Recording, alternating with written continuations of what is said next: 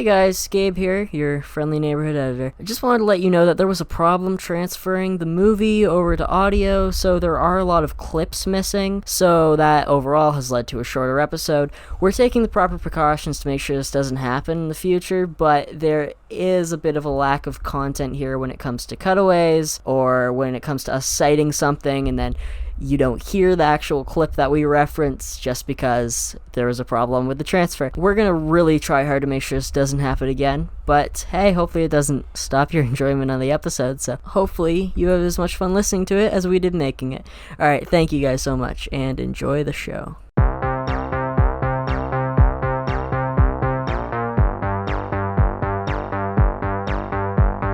Hello everybody, welcome to a normal episode of Every Marvel Movie Ever. I'm your host, Gabe Thomas. With me as always is your co-host, Francisco Alcala, and today, what are we talking about? What are we doing here? I don't even remember what the movie's called. I don't remember what the movie's called. The Death of the Incredible Hulk. So, not last week, like 3 movies ago when we watched Trial of the Incredible Hulk, there was not a trial of the Incredible Hulk, it turned out. Was there a Death of the Incredible Hulk? Yeah, and it was stupid. Yeah, it was really dumb. It was really bad.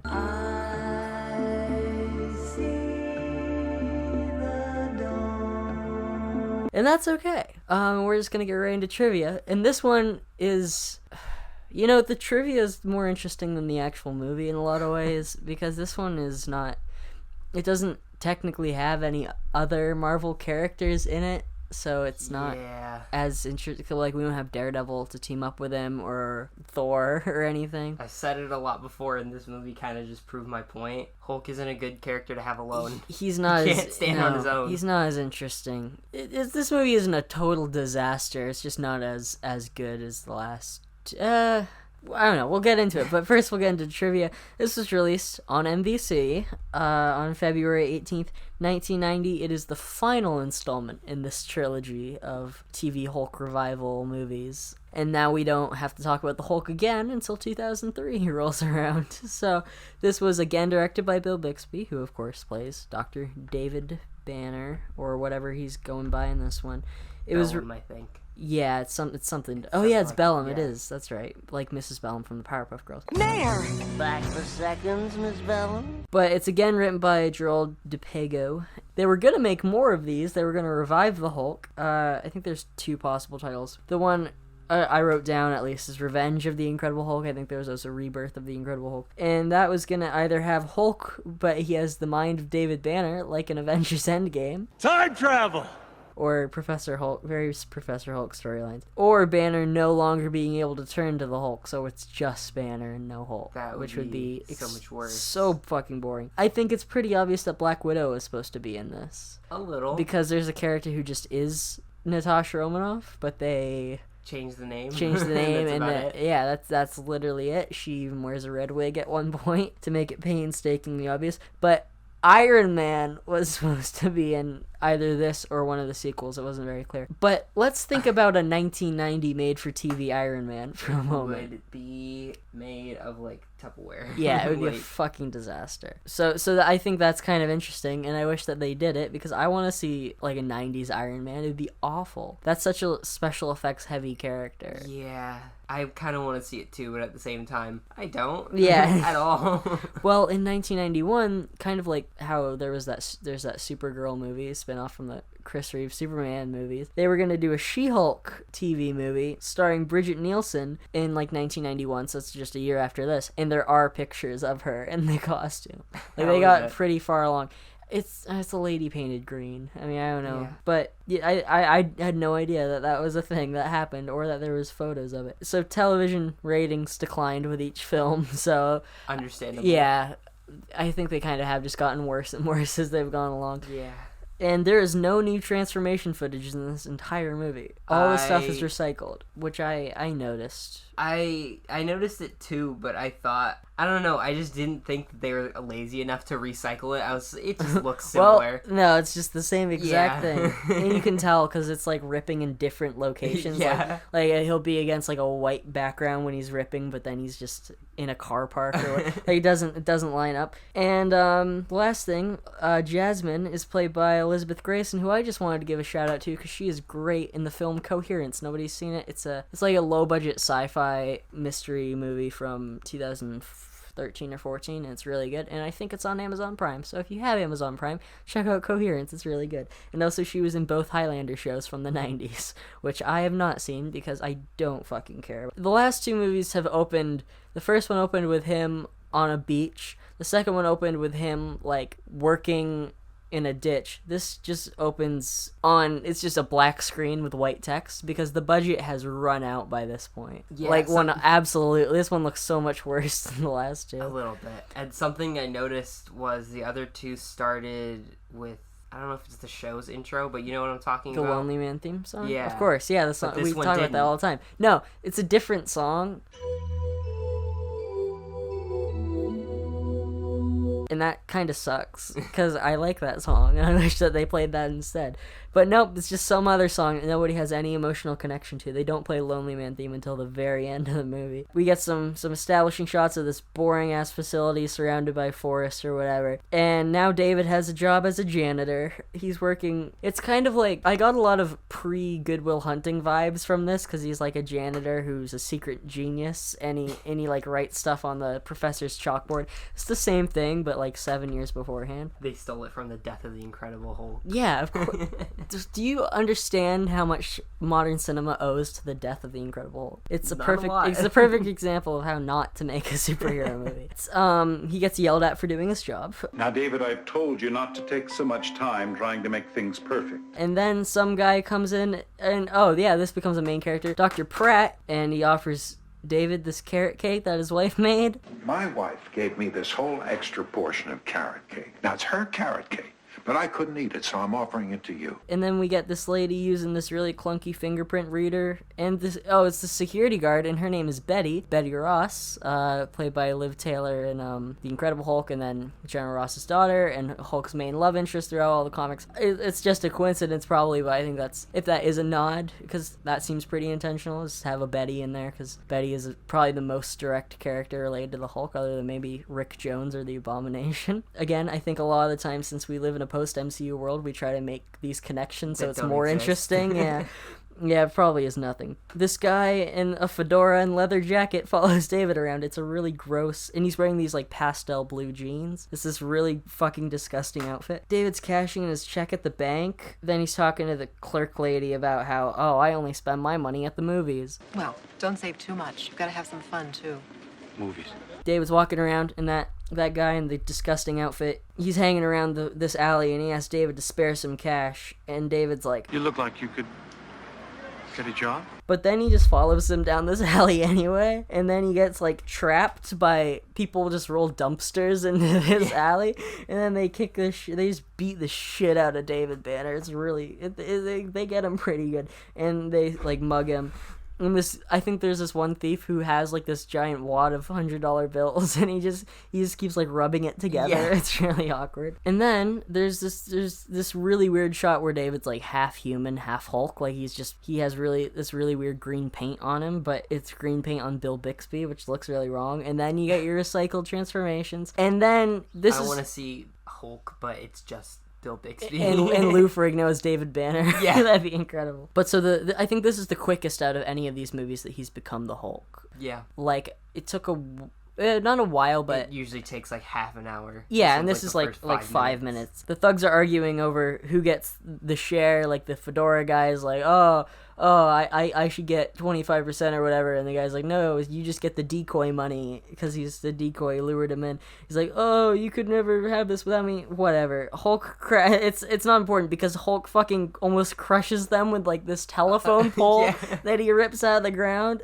and that's pretty great. I was hoping you use, like, a baseball bat, because in the Hulk Ultimate Destruction video game, you can use it like that. This movie didn't have the budget for it. No, not at all. But he kind of did that in Return of the Incredible Hulk with that big pole, and he hit those guys. A little bit. So we've had that. We would never have Lou Ferrigno ripping a car in half and using them as boxing gloves. That would be amazing, though. We get Edward Norton doing that at some point, though. There's some awful stunt work here where Hulk like throws him into a dumpster, and there's The slowing down and speeding up in this movie is so much worse than usual. Because if you didn't hear our last episodes, or just to reiterate, they slow down the footage to like add weight to the Hulk, but this time they do it when the Hulk is on screen with someone else, so the whole thing is slowed down. It's really awful.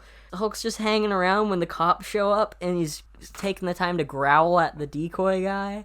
Like, the decoy guy's just sitting on a thing, and he's growling at him. It's really out of character. Yeah, it's just kind of like, he just growls and then runs? Yeah. Oh no, he doesn't run.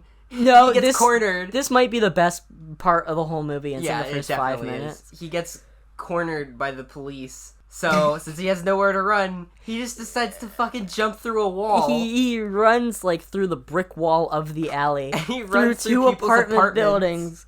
It's like in Howard the Duck when he's crashing through, but the Hulk's running through all these breakaway walls. And then he runs all the way out onto the street. Like, he runs through the alley, through 2 apartments, and then he's on the street. And that is definitely the most impressive thing about this whole fucking movie. That's where all the fun in the movie ends. Then it's just kind of bleak for most of it. But this guard, this is like the 3rd time that he picks on David for forgetting his thermos. Wait a minute, David.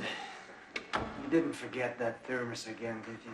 I think it's a thing that he does on purpose. So he can go back and Yeah. fuck with the chalkboard. Because Yeah. they show that he has that recording that he plays Okay. where like, he went out the back exit or whatever, so I think he just does it Yeah, on okay. purpose. Yeah, you're probably right. It's just weird that every single time it's his thermos. Yeah. It's a very specific thing, and that guard always notices.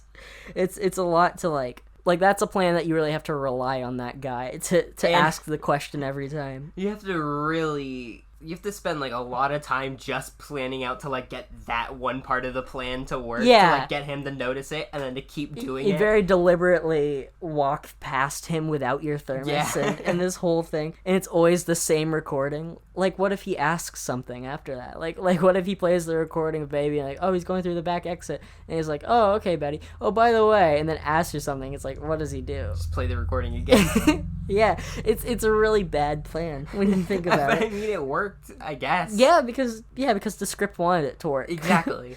So Dr. Pratt, the guy who gave him the carrot cake, he's like, Oh, it was real good, Dr. Pratt.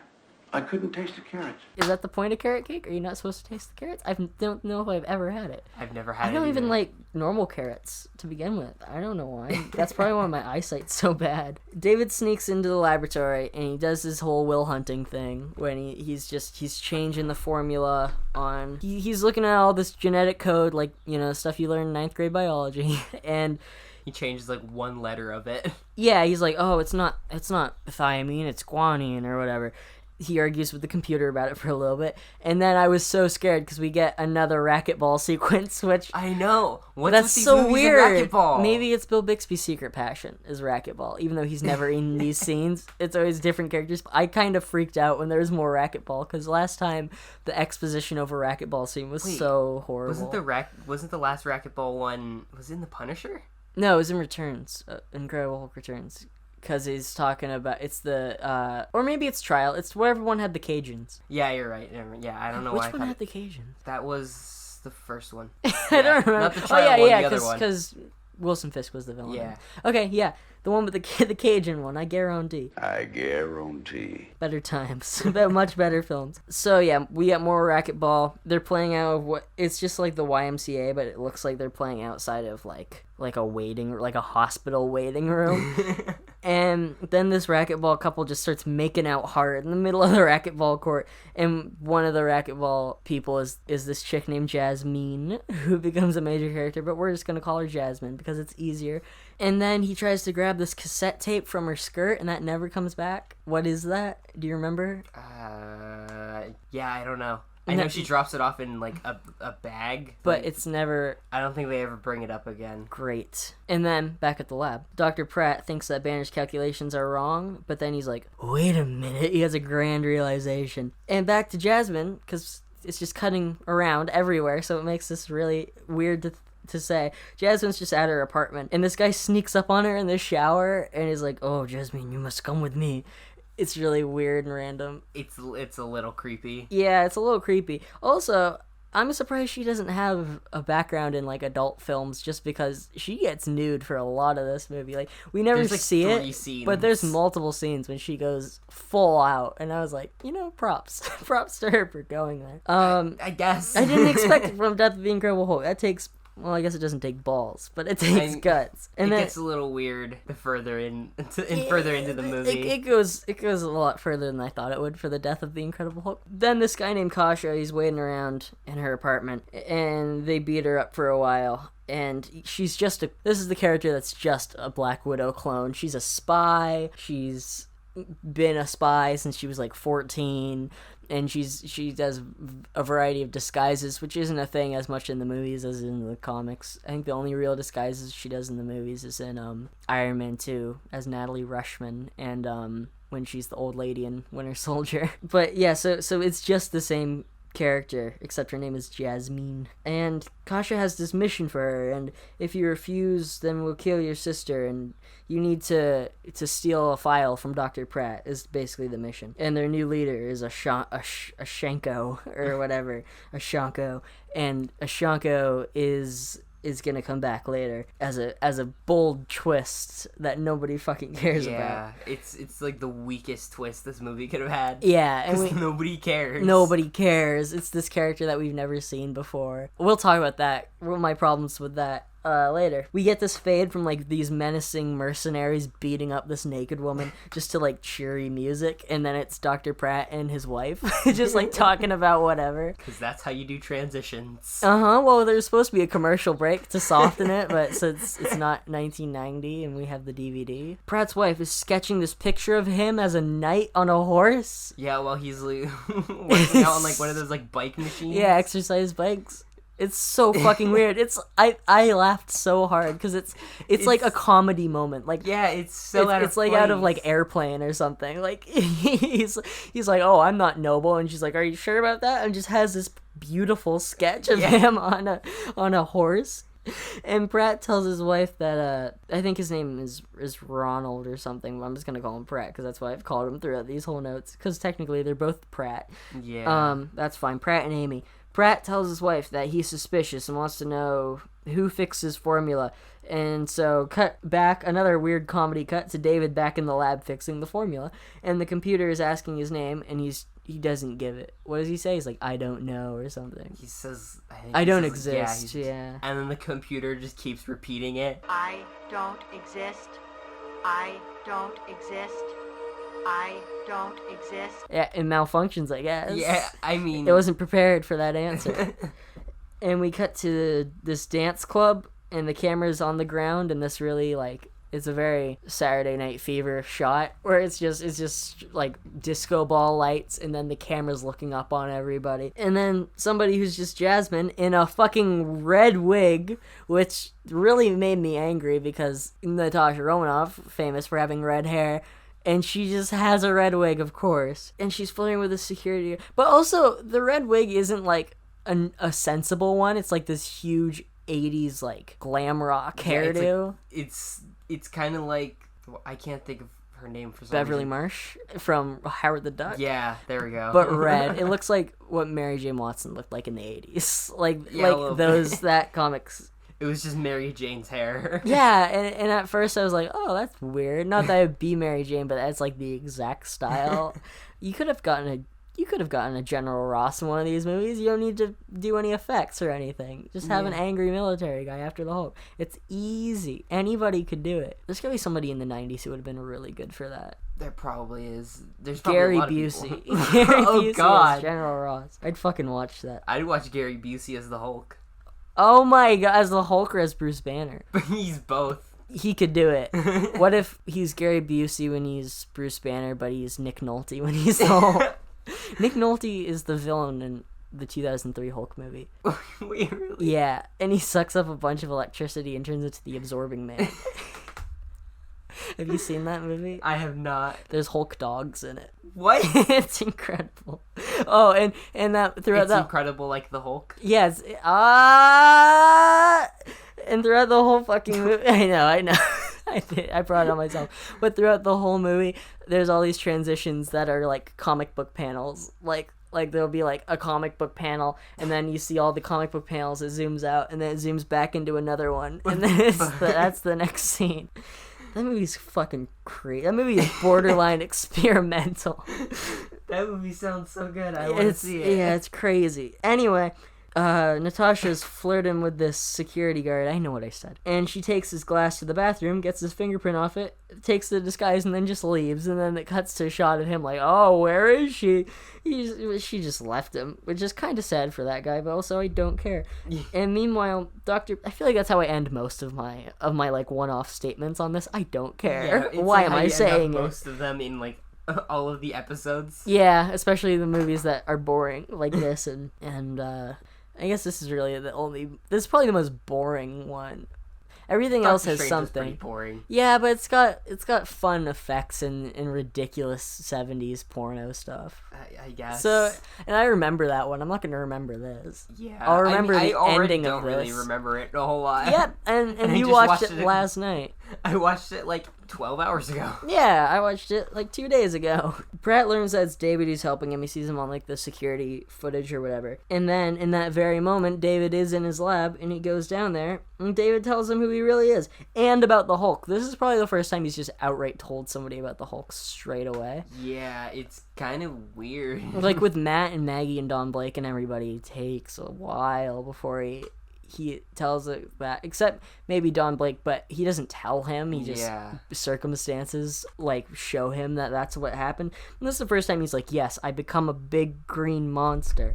I have a this is the first time he's not just like, oh, I have a problem. Like, I change. But this time it's just outright, I become a big green monster. He literally tells him everything. Yeah. Like, he tells him his real name, he tells him he can turn into the Hulk. Probably, yeah. Probably because he knows he's the only guy who might actually have a chance at helping him with the cure. Yeah, I guess. And he's like, I can't control it. And this is the first time in any of these movies they get into his healing factor. They barely even talk about that in the MCU movies. Yeah. But just like Wolverine, Hulk does have a healing factor. It's probably not as drastic. Just like half of the MCU superheroes. Yeah, everyone's fine. Everyone can go out for shawarma after flying into a wormhole to space.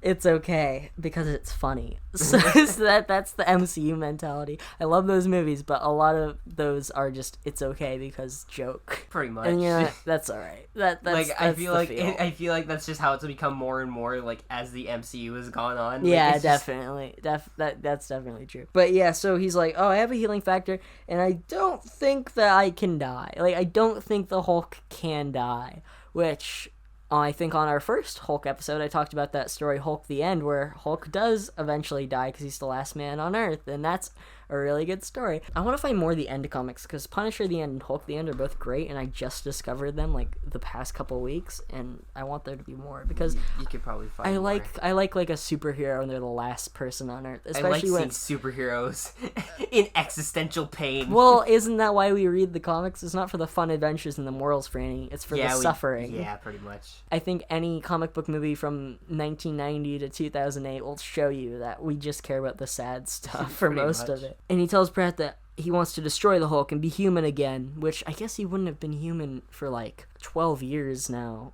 if this started in 78. I mean, he's still human, like. But you know what I mean. He's got this thing that's gonna keep him alive forever, which is in that story. That's how he becomes the last man on Earth. Banner could die, but the Hulk will never let him die because the Hulk is an asshole. Well, he doesn't want to be bested by anybody. He wants to be the strongest and the best. And if he lets himself die, then he won't be anymore because the Hulk is a child.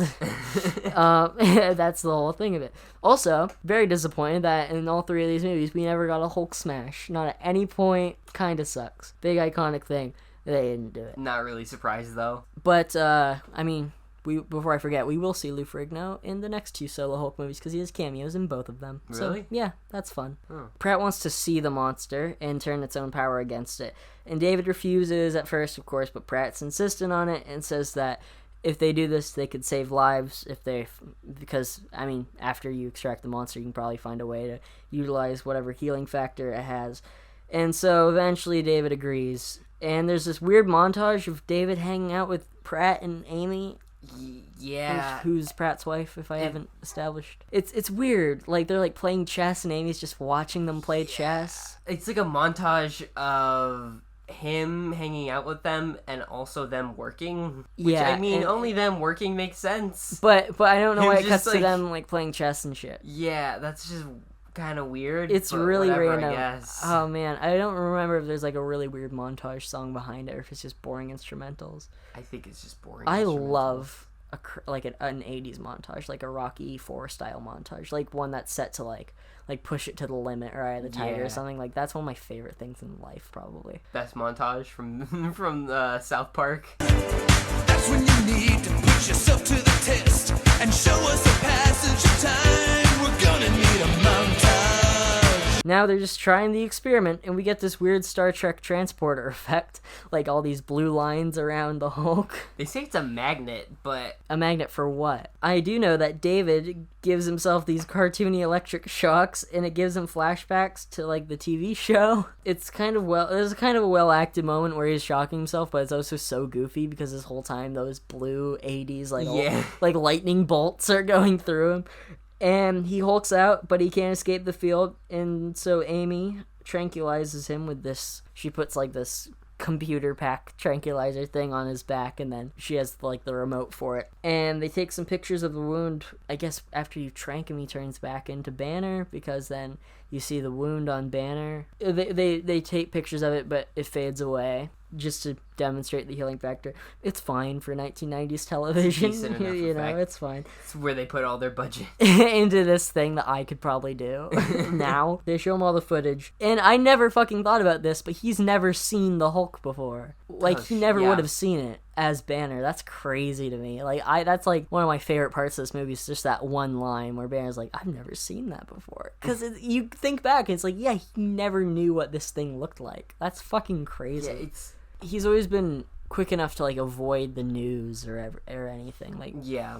it's never been like that. Like, it's not like Yeah, he's there's with not the really- Avengers blowing up Times Square, and Yeah. then so there's no exactly cell like- phone footage of Yeah, it. there's not really pictures or like video of him doing anything because he kind of stays away from all that. Pratt's research is being judged by the head of the facility. You know, she's this tough woman in charge, working 9 to 5. Working 9 to 5. Whatever.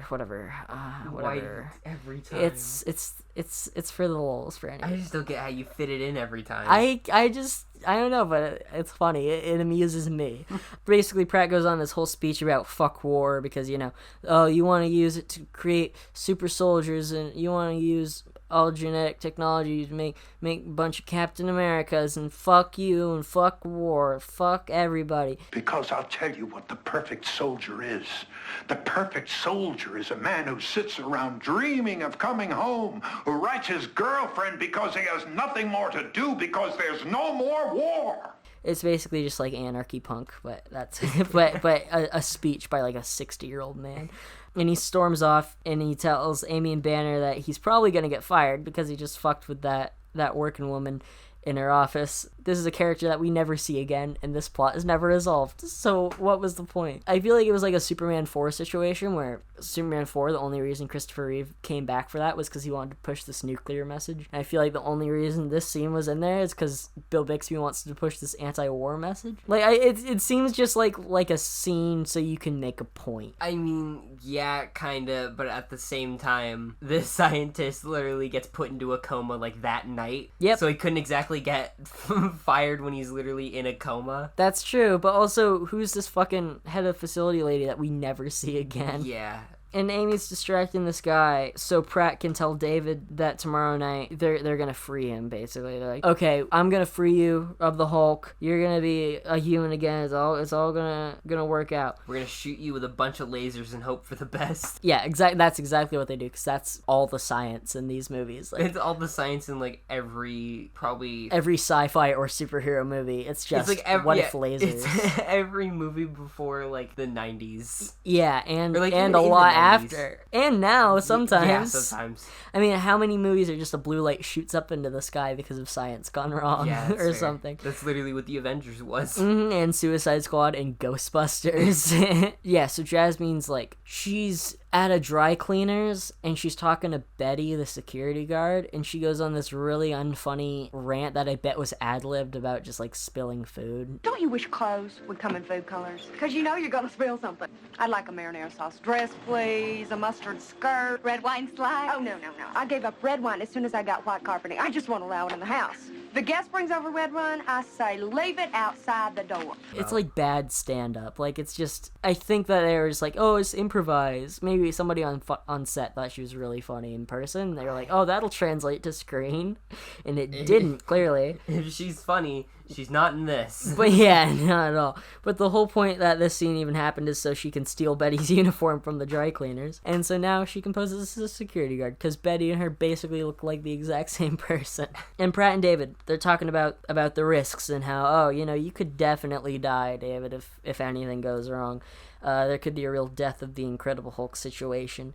But he's like, I'm ready for that, whatever. And so they strap him in. They put this weird helmet on him. It's like a weird knight's helmet, but it's plastic. It's like a riot helmet. Yeah, it's like, so for some reason it goes over his head, but it has like this plastic piece that only goes like around like where his mouth is, but not over it, and not over his eyes, really. Yeah, so like the entire face is cut out of the helmet, and then there's just a random like piece of plastic like wrapping around like his like chin. It looks like duct tape is just sticking this like windshield over like, his face. It's the dumbest design thing in this entire movie, I think. Yeah, probably. I mean, everything else looks fine, I guess, but this just looks really weird. They're gonna launch it in like 3 minutes, and I was like, this is enough time for things to stop, so Pratt could be killed, or his files could be stolen, or whatever. Apparently, that doesn't even matter, because the whole procedure is gonna take 12 minutes, and Jasmine takes out Betty with chloroform so she can she can take her place, and she walks in on David and Pratt just as they're in the middle of the procedure, and Pratt cuts the power and tries to stop Jasmine from stealing the files, but he ends up getting knocked out. That put him into a coma, apparently, and he like gets pushed into something, and it's like these chemicals, and they start a fire, and Banner hulks out without a transformation effect at all. They didn't even recycle anything. It's just he's David transforms off screen. Yeah, he does. It's like, this is David Banner, cut to Jasmine doing whatever, then cut, and he's the Hulk. It's really disappointing, because I really enjoyed the transformation effects in the last two, especially Trial. That one had better ones, I think, because it's like you see the shoes like getting exploded in the shirt and whatever. That's really fun. He hulks out and he carries Pratt out of the fire, but all these armed guards show up, and Hulk knocks a door off its hinges, and it flattens these two guards. And I really thought he was gonna walk on top of it and like kill them, but he walks on top of the part that the guards aren't under. So he didn't murder those two people, but he's definitely murdered in the past. I feel like it would have been a little out of place for him to just walk on top of them, and the door just like like crush it. Yeah, you just see like the squishing. Again, that's like a real like comedy moment. I feel like Hulk drops the doctor as soon as it's safe, and then he has this like Benny Hill moment with some of the guards, you know, like where they're chasing him, and then he comes back and he's chasing them. Like, it's like, are there supposed to be comedic moments, or is this just... Yeah, it's weird that in this movie there's just random moments of them, like, it seems like they're trying to do comedy, there's patches but none of it awkward lands. Comedy. Yeah, it doesn't blend in with the... Like, this is the most serious one out of the three, except maybe some of the sexual stuff in Trial, but, like, overall, this is more serious than the last two, but, so it's weird when there's these awkward moments of comedy. Like, this is at least the least comic booky of the three. Yeah. It's the most just kind of, like, soap opera, drama-y one. It's, like, the least comic booky because it's the least Hulk. Yeah. There's like 2 scenes with the Hulk in it. Yeah, I mean, there's a lot towards the end, and I think it really picks up towards the end in a lot of ways. I think there's some good stuff towards the end of the movie, but it starts so slow. And most of it is pretty slow. Yeah, I just enjoyed that final action sequence. That's the Avengers Endgame action sequence of this trilogy when you think about it. Like, after that, the biggest action scene of all time, like the most epic battle on screen, whenever I watch like a trilogy or a series and there's like the final battle, I'm like, this is nothing. Like, this is absolutely nothing compared to that. Or like Return of the King. I mean, the last fight in this is just a shootout with police. Like, yeah. Yeah, and then an Uzi to the helicopter, which is so fucking funny. Anyway, Hulk does a really sick jump out the window to the ground. That's crazy. Like, from like 4 stories up. He rips this big, like there's clearly this cut in the fence so he can rip it. But that you can see for like a frame. But then he rips a hole in the fence and he runs away. And Amy's with Pratt in the hospital in a coma. And there's this weird line. Ronnie, will you rub my back? Amy sees the security footage of David, and they're like, "Oh, do you know him?" And he's like, "Yeah, but he's not a bad guy or whatever." And he's going by David Bellum this time. You were right. They think that David and Jasmine are working together, which as of now they're not, but it doesn't take long until that does become true. And Kosh is yelling at Jasmine, tells this weird bodyguard guy to beat her up but keep her alive, and then so she just yells for a bit. That guy's the fucking weirdest character in this movie. He's got like a fetish for torture, which that's a real thing. but he doesn't get to do it because she's yelling about him and Ashanka for whatever, and so he's like, you know what, don't do anything, now I want you to go after Banner. And then we see David, and he's talking to Amy about Jasmine, and he's asking about Pratt, and she's like, oh, don't worry, Pratt's okay, it's fine.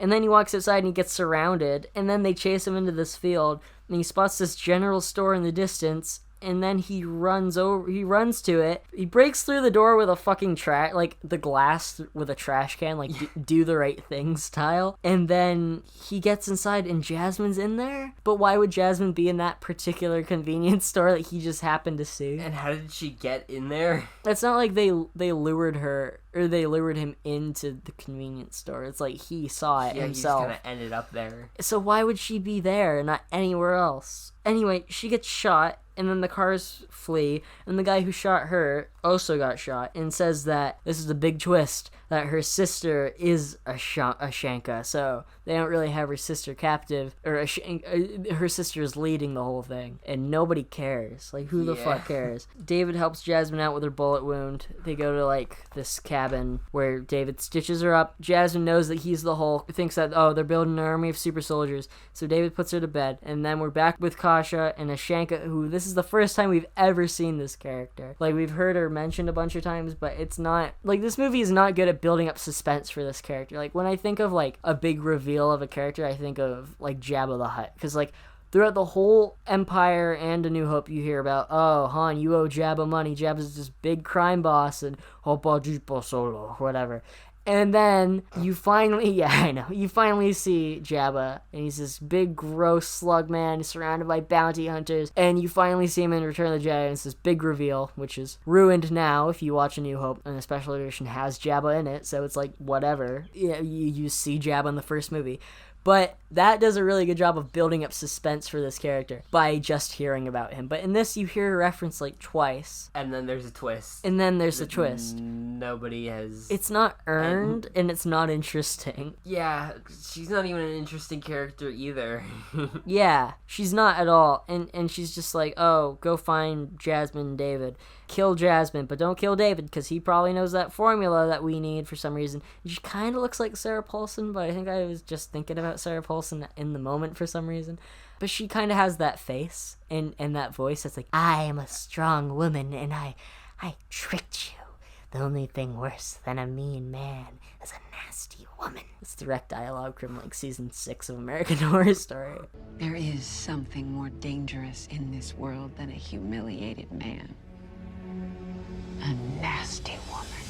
What the fuck are you doing? You know, like... Yeah, I know. You know, she has that weird voice and, like, that pouty face and like, the doe eyes. Yeah, I know what you're talking about. That's what she looks like. Alright. So David's going to leave Jasmine behind so he can go help Pratt, and he's going to turn himself in. But Jasmine's like, I'll help out, but not by turning you in. So Banner calls, like, the fire department and says that there's a jumper. There's, like, a guy outside. He's going to kill himself.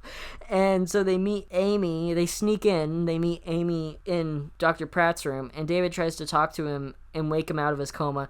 And somehow that got Pratt to wake back up. So these bad guys start following them on the road. They're getting away. We get this very, very boring construction site car chase until these bulldozers almost kill them, and Hulk hulks out and breaks the roof off the car. And then he stops the bulldozers, and it's really disappointing because it's clearly just the bulldozers were turned off and then eventually turned back on to go backwards. Like, it's just really shitty. It's clear they just weren't moving. Yeah. So it's not like this big epic moment like it should be. It's just nothing. Yeah, just imagine like filming this scene. Just a big green Lou Ferrigno. Yeah. Pushing as hard as he can on two turned off bulldozers. And there's nothing like standing up inside of a car. With its roof torn off. And on set there'd be no, like, the only sound would be of the bulldozers and probably Lou Ferrigno's weird grunts, and that would be it. Jasmine tells the Hulk, he's like, oh, leave me behind, and then they meet back at the cabin in the rain. I kind of thought to the 2008 Incredible Hulk when Betty Ross and the Hulk are like hanging out in the rain. It's kind of similar cinematography, just like the sky reminded me of the same, like it's all gray, and the Hulk is like, or Bruce Banner's all. I think that's just a coincidence. It's just a coincidence. I mean, definitely. But I just like the shared imagery of the Hulk and the rain. I don't think any Hulk movie has taken any inspiration whatsoever from any of these ones. Exactly, not at all. Jasmine tries to seduce him, but he's like, oh, I haven't had love like that in a long time. And then I was like, hey, what about Maddie? Like, you two were definitely fucking, and did you just forget about her? Like, I wanted justice for Maddie, because Maddie was... What's the timeline for these movies? I mean, like, how are they probably just not connected? They have to be all a year apart, because he doesn't look that different. But there's never a reference to Daredevil or Thor in either... That's why I'm confused, like... When do these take place? They have to take place like a year apart. These have to be. No, these have to be. It's like there's a line in. Shit, I don't remember if it's Batman Forever or Batman and Robin, but there's a bit when it must have been Batman Forever because I think he's with Dr. Chase Meridian, played by Nicole Kidman, and he's like, "Oh, I've never been in love before." When in Batman he was with Vicky Vale, and in Batman Returns he was with Selena Kyle, Catwoman, and so it's just like that. It's just like, oh yeah, you just forgot the other love interests in this. I'm sure Banner's been with a lot of people since he somehow is just always going to a different place. Yeah, I guess he's always on the run. Anything ever. I'm sure he had tons of adventures where he probably became part of the Avengers at some point. What if there is an Avengers, but like it was in the middle of like trial and death, so like we will never see it. We just didn't know, but Hulk got Thor and Daredevil. Yeah, that can be our timeline. Our the official every Marvel movie ever timeline of the Hulk movies is in the middle of trial and death. He was part of the Avengers.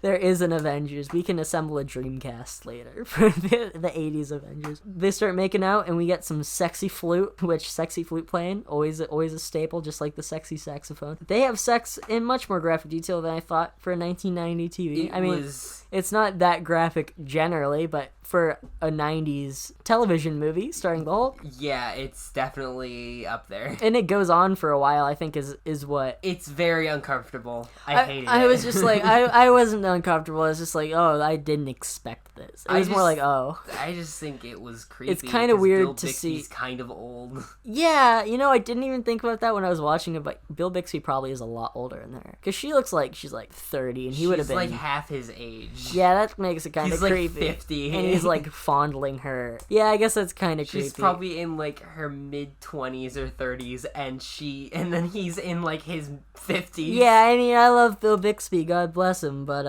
yeah, it's a little weird. Yes. At least he didn't write this movie, so he could be like, oh, you know what I need to put in. I hate when directors do that. Or like writers, and they're like, I'm gonna play this character so I can fuck Selma Hayek or whatever. Like, it's really creepy. In the morning, they're like, oh, let's run away together. That's the plan. On the other side of the world, not really, but a few miles away, Pratt's ambulance has been hijacked, and David and Jasmine make plans to get passports back at the cabin, jumping around all the time. Jasmine hears on the radio about the ambulance. Jasmine tells David that they're gonna find out where Pratt's been taken. And so we see Ashanka. She has the Pratts, of course, and she's like, oh, tell me everything that you know by morning. Won't kill you. Yeah. Even though she probably will anyway. Well, if you remember from The Punisher, how will I know? You don't. But some chance is better than no chance.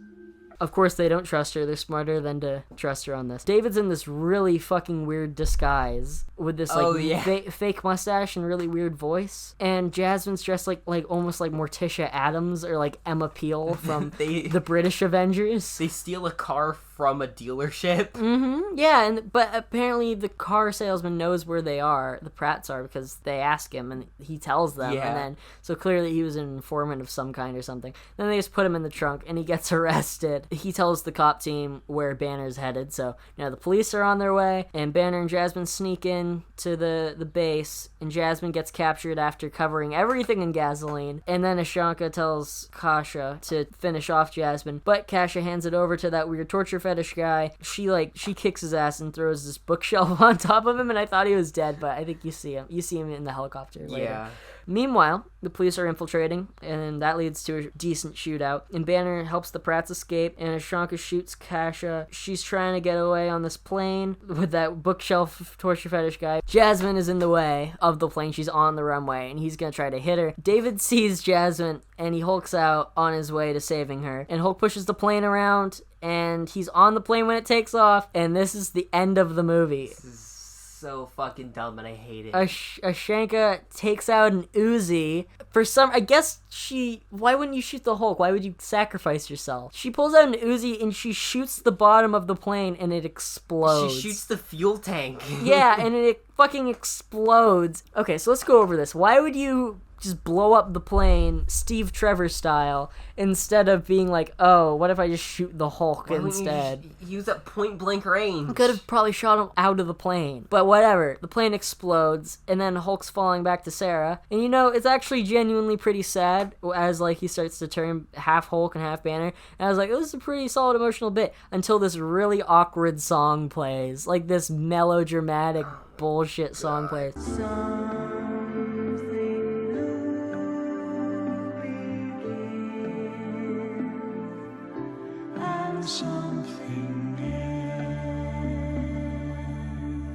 And Hulk hits the ground so hard, and all the pavement cracks. That's a pretty cool effect, actually. He turns back into David as Jasmine holds his hand. The final words of David Banner, or after Jasmine says, David, what was his? David, now you can be free or whatever? And she says, Jasmine, I am free. And that's it. And then the Lonely Man theme plays one final time as we pan out with David on the ground surrounded by the Pratts and Jasmine. And it's pretty effective, especially because it's Bill Bixby. It's effective, but I still feel like it's literally the dumbest way they could have killed the Hulk. It's really dumb. There were so many better ways they could have done it. When the Hulk blows up, but I think when it's Bill Bixby, because it's the I'm last fine time with. He's ever gonna be the Hulk. Just everything between him being in the air and before he turned back into Bill Bixby was just fucking stupid. It's pretty awful. It's especially with that fucking song. That song really ruined it all. I was hoping that this would be a solid death and to be a really solid end performance, so I could be like, oh, then this episode's dedicated to Bill Bixby or whatever.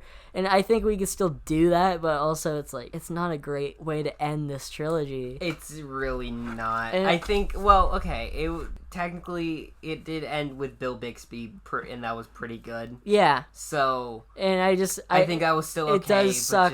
It sucks that he's gone, and he was really fucking great as David Banner in all of these, and he's been probably the best performance as a comic book character we've seen in any of these, up there with Eric Kramer. Yeah. But I just love him as Bruce Banner, and it is sad that we lost him a long time ago. Before we were born. 10 years before I was born. Anyway, Bill Bixby has definitely been the highlight of... He's been the one consistent thing throughout the three of these that has been he's always really been... I don't great. think he's ever really done a bad job in any of these. No, I think he was always pretty good. And he was great on the show, even though that's not our territory. Yeah. So I really enjoyed the last minute of this movie. I thought it was really solid. And there was some fun action towards the end, and especially when he runs through all the shit in the start. And Bill Bixby, of course, brings it all because I think he knows this is the last time he's gonna be the Hulk. Lots of pacing issues, and the villains suck. And, it's probably on par with Trial in a lot of ways, but Trial's probably better. They probably get worse as they go. Yeah, I think so. But, it's like a 6. It's like a 5 or a 6 out of 10. It's like a... Yeah, it's like a... I'd say it's like a 5. Yeah. There's nothing offensively bad about it. Yeah, exactly. It's fine. It's fine. Personally, I wouldn't want to watch it again. No, but I wouldn't ever watch this again. But I'm not going to be like, this is one of the worst things that we've ever watched. It's far from the worst. Yeah. No, it's and especially it being the last thing in this whole Hulk universe that spanned over a decade, 12 years. It is something to see, and it's a fine ending. It is disappointing, especially since we've been going so in depth with these last 3 movies. Yeah, I feel like this, if you're really gonna watch this movie, you should probably only watch it if you're a big fan of the show. Also, good luck finding a decently priced copy of this, because it's just not that amazing. No, it's not incredible. I think is what. That'll be my pull quote for this. Throw that in the fucking DVD box. It's not incredible. The bottom of on most boxes when they have what people say about Roger the movie. Ebert's quote or whatever. Yeah, just the one quote is, it's not that incredible. Gabe Thomas, every Marvel movie ever. Yeah, we can be an official news source. Re-release all these with dumb shit we've said. We're credible. Are we credible? Because I do a day of research on this, and that's it. It's not the worst, but it's far from the best. Yeah, exactly. Okay, well, I mean, that's pretty much it from us, guys. But, yeah, we're done officially with the Bill Bixby Hulk movies. That's it. Next week we got Captain America 1990. And that is on YouTube if you want to watch along with us. It's the whole thing in HD on YouTube, just like The Punisher. I was going to apologize, but maybe you're glad that you had 2 episodes last week. But now we are back to normal schedule until now and for the rest of the year because there's no new Marvel movies coming out this year. So it's all just what we set out to do, which is every Marvel movie ever. We're going to be getting pretty far before the end of the year, actually. I think our last one might be Iron Man or it might be Punisher Warzone. It's around 2008. But, we got a long way to go. We got lots of episodes this year coming up. I hope everybody had a great 4th of July, too. That's something I wish I said in The Punisher. I didn't realize when that one was going out. But hopefully you were all safe and you didn't blow your hands off. And thank you so much if you did listen to both episodes last week. I know that was a holiday, so you don't have a lot of time to listen to podcasts. So if you did take the time to listen to our episodes, we really appreciate it. As always, subscribe and rate, and we can find us on Twitter and Instagram at Marvel Movie Pod. Find the Gmail. I feel like a machine. I've done this so many times. Yeah, it's just a routine. Well, we gotta do it. And the Gmail is marvelmoviepod@gmail.com. Find me on Instagram at FlippedEgg. Find me on Twitter. I'm gonna not fuck it up this time. I am on Twitter at FlippedEgg, but the E in egg is a 3. I did it in one take. Instead of 5 like last week. Franny is actually running from the government. He had murdered 2 people. He's been framed. He has changed his name to Franny Ayala. That is the level of last name switching that we do on the show. Might get worse. I'll update you guys by next week. Yeah, if he's not here next week, I might have to replace him with the Hulk action figure I got sitting over there. If I'm gone, just assume I got sent over the border. Yeah, it's about fucking time. We need to report. We need to report and deport you. That's what's going on. But thank you so much for listening. Enjoy Captain America next week. Goodbye, everybody. Well, it was real good, Dr. Pratt. I couldn't taste the carrots.